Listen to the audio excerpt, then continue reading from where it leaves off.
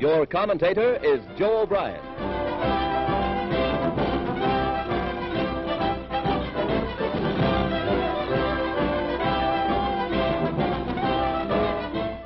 The United States goes to war. Offensive war, the kind of battle in which America and Americans always excel.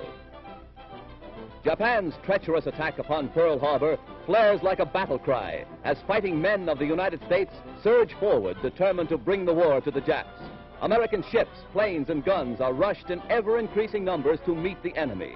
Meet the enemy shot for shot, but with a superior efficiency and a unified spirit, with a will and determination to win, to pay back in flaming installments for Japan's evil deception.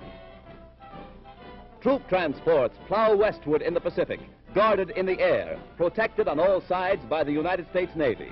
Sailors, soldiers, and civilian workers are rushed to reinforce the defenses of Pearl Harbor.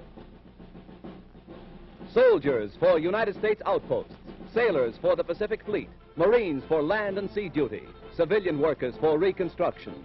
Great ships, once luxury vessels, now turned over to the grim business of war, turn their bows into the direction of war, carrying necessary supplies, men, and equipment to make America's far-flung offensive possible and lasting.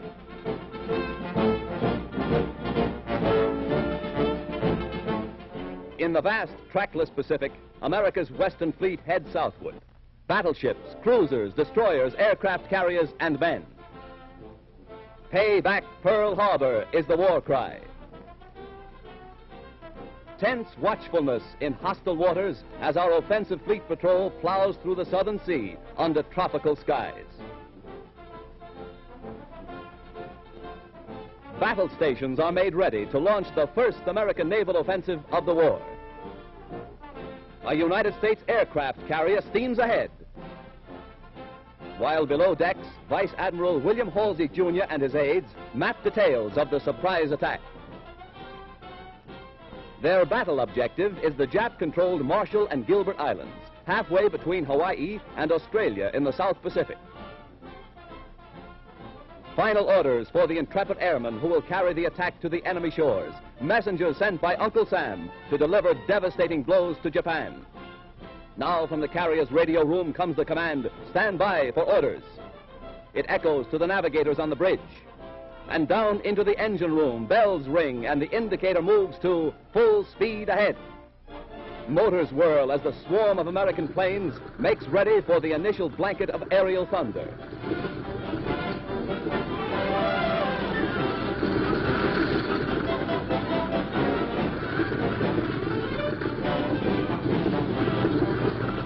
Arming crews rush bombs to the monster aircraft. Everyone has a job to do, a serious job for America. Now they are almost within sight of the islands mandated to Japan by the League of Nations, almost within range of the bases from which the Japs attacked Wake Island.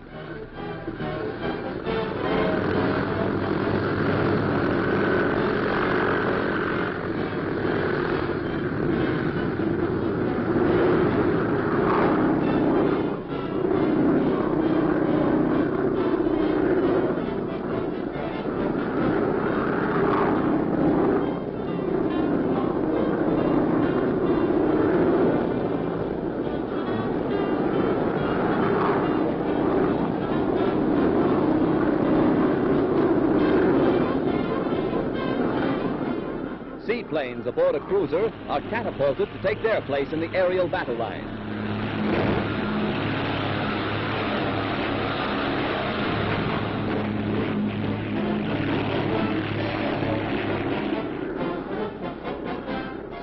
Then comes the order, fire!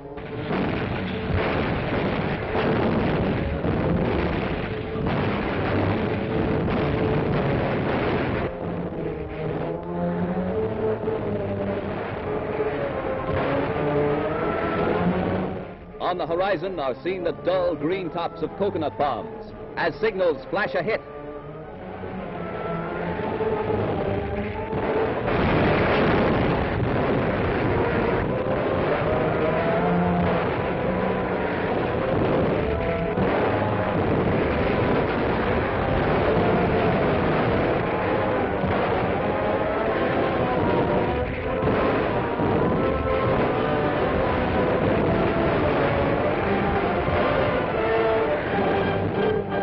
A modern Japanese light cruiser and an aircraft carrier suffer direct hits in the relentless bombing.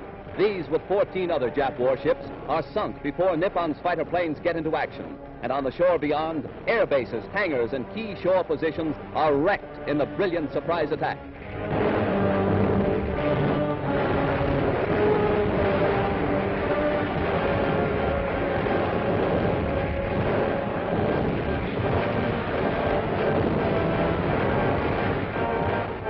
Dense black smoke billows up from destroyed ammunition dumps.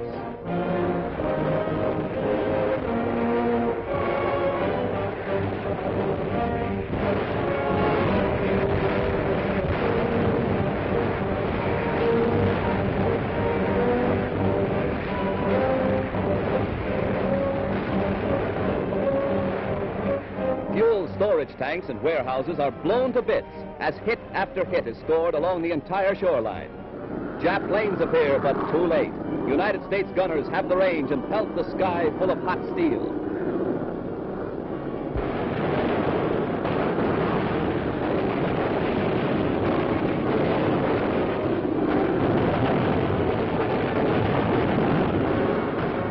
During the battle, 41 Jap planes are destroyed. 2 large seaplanes, 15 fighting planes, 21 bombers, and 3 patrol planes.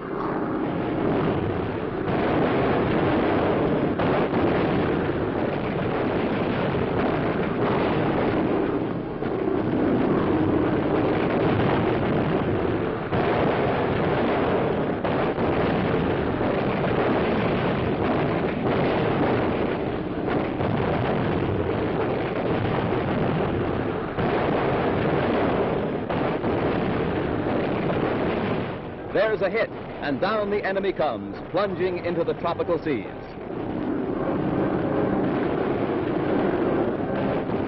A continuous thunderstorm of anti-aircraft and machine gun fire meets the Jap airmen. The skies are filled with shrapnel. Here is a Jap bomber put out of business by Yankee marksmanship. The enemy airman points his failing plane at the deck of an aircraft carrier. A gunner sends a burst into the bomber, and it crashes into the sea. Here is sky war as rarely seen.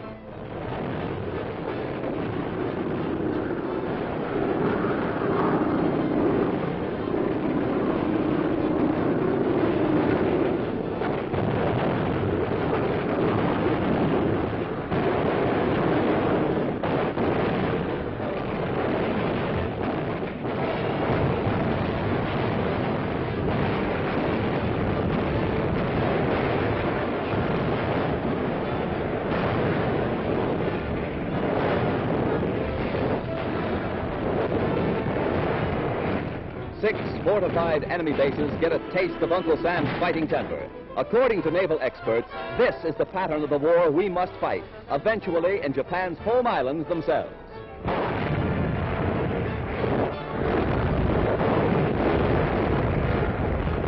All military installations and hangars are destroyed, and shore batteries silenced, radio towers blasted, and shore facilities leveled to the ground.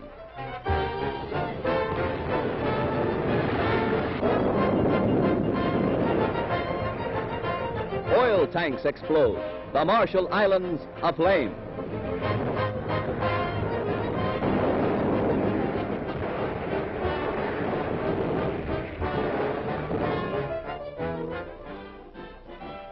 Homeward they turn as the smoke of battle rises. Homeward to report, paid, first installment on Pearl Harbor.